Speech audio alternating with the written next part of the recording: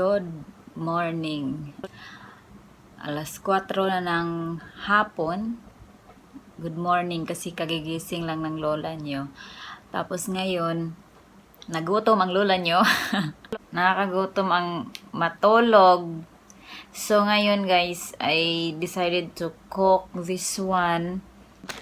I bought this last mga few days ago na guys. Na-curious ako.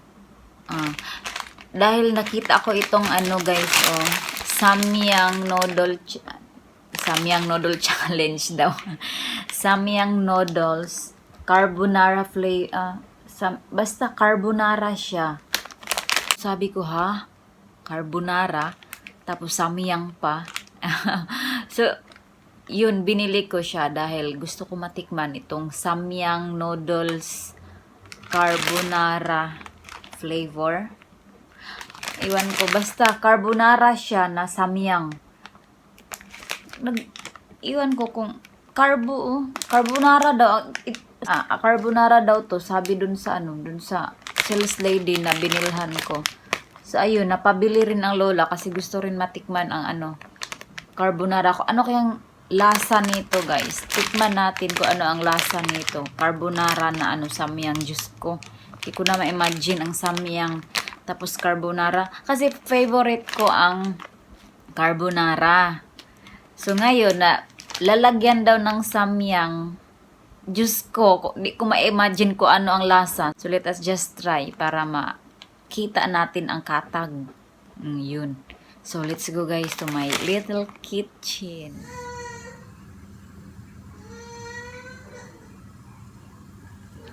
Dalawa yung seasoning niya. Yan, ito yung pang-carbonara.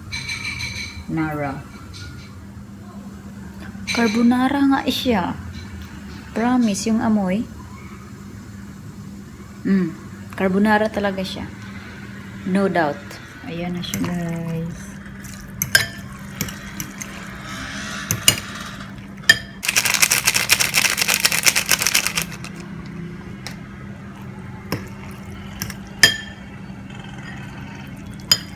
Mix lang natin. So, ayan na siya guys. Na-mix na natin. At ang susunod ay ilalagay natin sa ating bunganga. Sige. Try natin kung anong lasa. Ay, loko.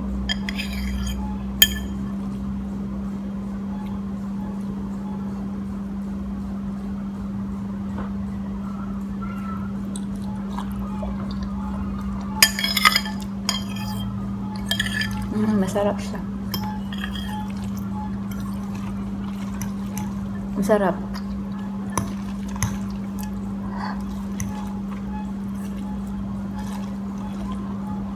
Dapat kainin to ng malamig. Yung hindi mainit. Kasi pag mainit siya, umaalingaw-ngaw ang anghang. Mamaya ko na ito kakainin. Dapat malamig. Ayan. Let's continue.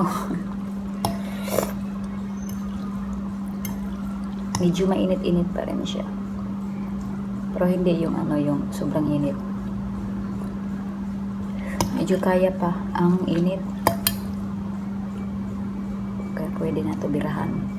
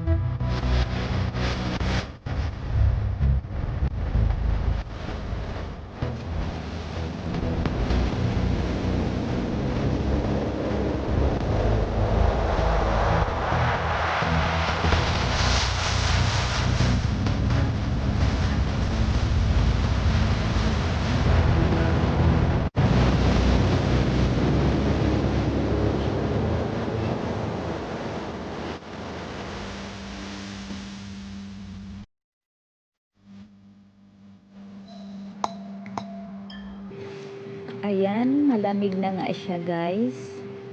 At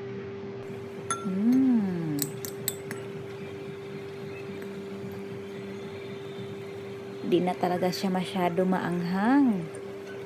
Kaya siguradong mauubos natin to.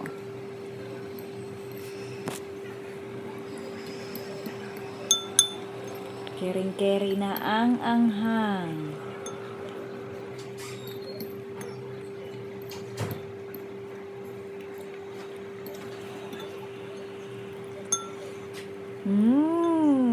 Gitilok pa jod. Yes. Naubos ko guys. Naubos ko. Yay. So, yun lang guys. Salamat sa panonood. See you on my next vlog. Bye.